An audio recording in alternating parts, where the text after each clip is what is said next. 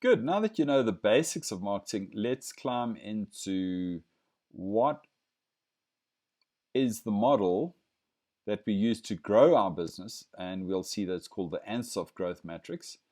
And then what is positioning?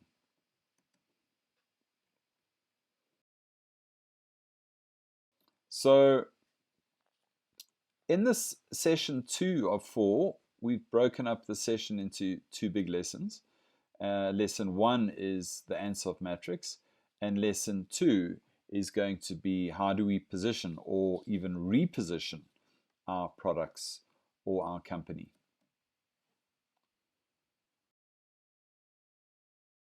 Now, this is quite an interesting study. It might give you some insights into how to run your business, because there's often a lot of conflicting advice, and this study included 25,000 companies over 44 years, and there's just 2 business rules. There's actually 3, but there's 2 things that make businesses successful. The one is bring out a quality product before a cheaper product. Okay, so of those 25,000 companies, on average, the ones that were successful over a 44-year period went for better before cheaper. Okay. The other thing is they looked for more revenue. In other words, if you have a sales funnel, they, instead of just cutting costs, which you got to do, they thought about how can we get more sales into the funnel. All right. And guess what rule number 3 is? There are no other rules. So in other words, we've got to find our points of difference. Why are we better than the other supplier? Okay. And then we've got to strategize to increase revenue. How can we get more sales? And I want to teach you what the Ansoff matrix is. Okay, don't just think about cutting costs. We've got to cut costs, of course. You can't just let your costs go out of control. We've got to try and cut costs. Like Volvo and Mercedes and BMW, they all try and cut costs, but they also focus on better before cheaper, and they also focus on how can we sell more. Okay. So talking about cost cutting, there's a thing called blue ocean strategy, which you got to do anyway. All right. You got to try and get your costs down. Okay. But imagine if you could get your costs down and at the same time get more value, buyer's value to go up. In other words, you make a BMW better, cheaper, but actually better quality. And this is where the whole battle is being fought today. And this is what we call innovation or value innovation. If you're not innovating, so when we were at YQK, our whole goal was to bring our cost down by 10% and bring the quality of the product up by 10%. Imagine that. So it's cheaper to manufacture, but the product's even better than it was at the higher manufacturing cost. And one has to think about that. And this is why a lot of people went to China to make their boxes, because that box, the Chinese can make it cheaper and even better. This is a case study in America, a case where they did no advertising. The costs of the product came down. They did 0 advertising of yellowtail wine in America, and the buyer value went up. How did they do that? Through innovation. So, for example, no TV advertising for yellow, and instead of advertising on TV, they took that money they would have spent on advertising and gave it to the bottle store owner. And the bottle store owner thought the value of the wine had gone up. And so when somebody walked into that bottle store owner would convince that customer to only buy yellowtail wine. Okay, so Blue Ocean Strategy is the name of the game. Let me give you a quick case study. So at VW Bryanston, Hatfield Bryanston, the mechanic was forced to do 2 jobs. So they got rid of 21 front desk ladies, okay? And the customers love working with the mechanic as opposed to the pretty front desk lady. Why? Because the mechanic knows what he's talking about. They're mainly men.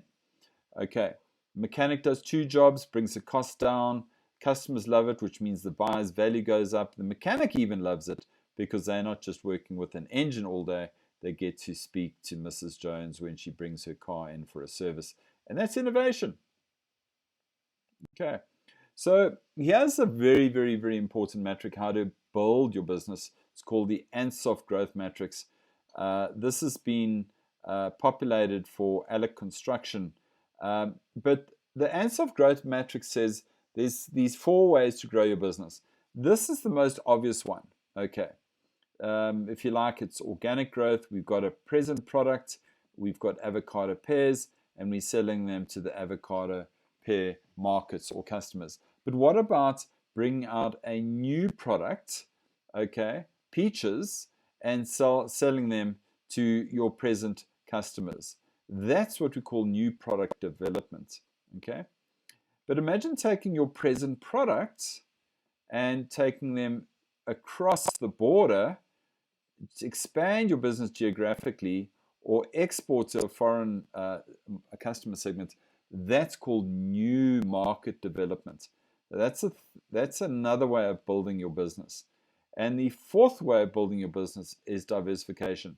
So you bring out a new product, peaches, and you sell them to a customer you've never met before, a new market or new segment. All right. So if I said to you at 3 o'clock in the morning, you got 4 ways to grow your business, what are they? You're going to have to talk about the Ansoff growth matrix. So for example, you bring out a new product. In this case, it's a new generation TV. People don't want to buy, or remember iPod, the iPod, Apple iPod. They brought out a new product. They used to bring out computers, and they brought out the iPod. It's a brand new product for an existing customer who's already buying a computer. Okay. Look at Discovery, that medical aid. They brought out medical insurance, and now they brought out a bank. That's a brand new product and could be a brand new market as well. And that's what we call diversification. Okay. Now I want you to think about this. In say 3 years' time, what percentage of your sales turnover could be diversification? In other words, in 3 years' time, you're going to need to think about bringing out new products and taking them to new customers. But let's say 30% of your business in 3 years' time could be diversification. That needs to be planned now. You need to start thinking about this. Because if you don't think about diversification, you're only going to be doing your turnover here, existing business with existing customers in 3 years' time. So one needs to think about improving your sales revenue. Where is it going to come from? So, Apple brought out the iPad, new product. Apple brought out the iPod. Apple brought out the cell phone. Imagine if they didn't bring out the cell phone. So Apple, over a 3-year period, could be doing 80% of their turnover through diversification, or at least through new product development. Bring out new products for present customers would be new product development.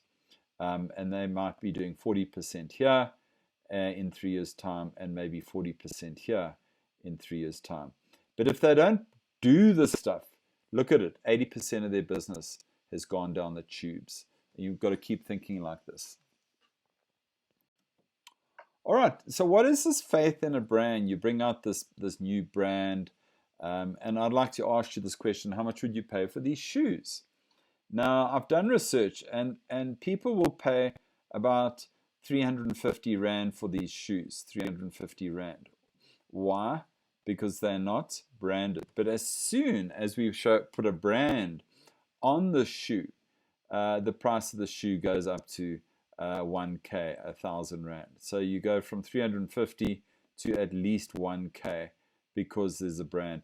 And that brand is a promise. It promises you quality. It promises longevity. And that's why we need to build brands on our product. Okay, so Kodak was an incredible brand. Invented in 1988, they actually invented the camera, they invented the brand. In 1976, they had 9% global market share, and 2012 they were bankrupt. Why? Okay, they were bankrupt because I should have diversified. Remember that quadrant, bottom right-hand corner in the Ansoff matrix? They should have brought out the digital camera. Now, the joke is they actually invented the digital camera. All right. Fujifilm, on the other hand, is making a lot of money today because they actually brought out the digital camera. That's not all. Fujifilm doesn't sell any film anymore, so they use their chemical engineers to bring out cosmetics and pharmaceutical products. Okay, look at that as for diversification. So they've brought out Astrolift. They're using their engineers who used to make film. Remember, they don't sell film anymore. They sell digital, and they can still keep those staff members, but they reutilize them in bringing out cosmetics and pharmaceuticals. Now, this is quite interesting. If you look at the Coca-Cola brand, it's worth 200 billion US dollars. So if you just bought that logo, it's worth 200 billion US dollars. If you bought the company, you'd pay 20 billion for the company. The company, in other words, is worth 10 times less than the brand. So if you bought their production line and all their equipment and their trucks, you'd pay 20 billion US dollars for the Coca-Cola company. But the brand is worth the most. Right, let's move on. So it's a kind of a bit of a summary. We need to do research and find out from customers what P's do they want. Okay, we need to do some research and find out what the customer's problem is. Another name for problem is customers have got needs and wants. All right, those needs and wants is the same as a problem. They've got needs and wants. They've got a problem. All right, they need a problem solved. And we call those needs and wants in marketing. And we then got to bring out a value proposition, which is the marketing mix, which is the 8 Ps. And if we bring out that product with a value proposition, then it matches their needs and wants. The problem goes away. And that's why we often call this over here the solution. It's a solution to the problem. And we often call the 8 Ps a competitive advantage. If they want to buy your product, we often call it a value proposition. We often call it a unique selling proposition. If you are different or distinctive, we often call that distinctiveness or your distinct difference. I just like points of difference. What's your point of difference? Why should I buy from you? What's your point of difference? Okay, so that's actually marketing 101 explained in one slide, if you like. Let's move on. Okay, so two huge questions I want to ask you now. And those question is, why is positioning not one of the basic P's of marketing? So we've got all these P's of marketing here: product, price, place, promotion, people, process, physical evidence, and partnerships, the 8th P. Why is positioning? Positioning is the ultimate P. Let me tell you. Why is it not one of the big P's of marketing? Okay. Also, why is profit not one of the big P's of marketing? All right. And I'll tell you why. Because if you do the 8 P's of marketing properly, you will be properly positioned. And if you're properly positioned, you will make profit. So the huge question is, why is positioning and profit not one of the 8 P's of marketing? It's because positioning and profit are the outcome. It's the outcome of using your marketing mix well. It's the outcome. If you do this stuff badly, you will be positioned badly, which means you won't make a profit. Get it? Case in point. So Lion was doing very, very well in 1995. They were the sponsor, one of the sponsors of the World Cup that we won, the Rugby World Cup. It's a 112-year-old brand. It's not the rave anymore in 2000. Why? Because in 2000, they changed the label. They repositioned Lion to be light blue and silver. And let me tell you, nobody touched that beer. In 2019, they brought back the old look feel, and this is it over here, and now everybody's drinking it again. So repositioning or positioning is the same thing. This is positioning, it's a look feel, and then they repositioned the look feel and destroyed the brand overnight. And now they've had to reposition Lion as it was before. And so this is called repositioning. And now Lion is selling well again. So let's try and understand this. So here the customer is, and here you are, and there's this big wall in between you and the customer, right? And you got to try and advertise to the customer. It's not that easy. That's why we put a wall. It's not that easy. So you need to shout out what your points of difference are to that customer, so they buy you. All right. But customers should feel your product. They shouldn't just hear your product. So we need to research. What do these customers want us to say? What color should it be, etc. All right. We need to do this value research before we can really shout out what our value proposition is. Okay. And so we bring out adverts, and often we call that marketing puffery. You know what marketing puffery is? This marketing puffery over here is like we bragging, all right? But if we bragging correctly, in other words, if we did value research and we spoke about what the customer wanted, they would actually buy us. And it's important to kind of find out, what they want. And this marketing puffery then won't be puffery. This value proposition, if it's what the customer wants, and we shout out and we puff and brag about how good we are, they will appreciate it because we did our value research, we came up with a value proposition, and we then shout out and they like it. Of course, they will buy from you. So, if the research says that they want us to lower our banking fees, and they want to get a higher interest rate on their savings, and they want a quick response, that's what we've got to shout out to them. Okay, and that's what we call the customer experience, really, and that's what we call positioning. It's positioning. Now, this is a true story. This doctor's immigrated now, but she worked in South Africa for about 25 years, and she was the only dentist that I ever worked with. And fixed her practice. She was literally running out of business. Now, everything is wrong about her positioning. We have to now reposition her to something that looks like this. I mean, imagine using a rotten tooth as your logo. Imagine using brown paper. This is actually rhino dung paper as a dentist. Okay. So I told her, you got to move from that to that. All right. And just by moving from that to that, I kid you not, she did not know what to do with the business.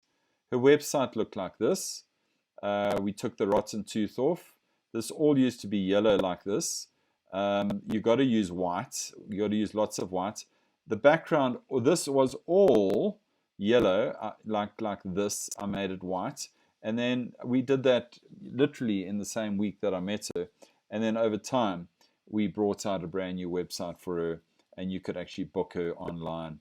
And this doctor, as I say, has immigrated back to Serbia, and she's using the same website in Serbia. So, PODs. What are your PODs for your product? What are your points of difference? Here, I mean, this one says it's class 1. It's a class 1 product. It's award winning. You can see here there's a symbol of this grape must have won an award. The packaging is strong. And why are they using those colors? Is it because they want to come across as French or whatever? The question is, I'm going to ask you is, what is your POD? What are your PODs? What are your points of difference? Because if you don't have a point of difference, you don't have what we call a value proposition. Okay. Good. So that's the end of session 2 of 4. After this, we're going to be looking at what is a SWOT analysis, what is a macro-micro environmental analysis, and we're going to do this so we can discover your issues. What are your issues? And then we're going to look at segmentation, which is so important. And what is your value proposition per segment? Okay, so I hope I'm not losing you. Marketing is kind of intuitive. I mean, probably I haven't taught you anything that you didn't know before. I'm just giving you some case studies. and making it a bit clearer. So I hope you're on the learning curve. We'll see you in the next session, session 3 of 4.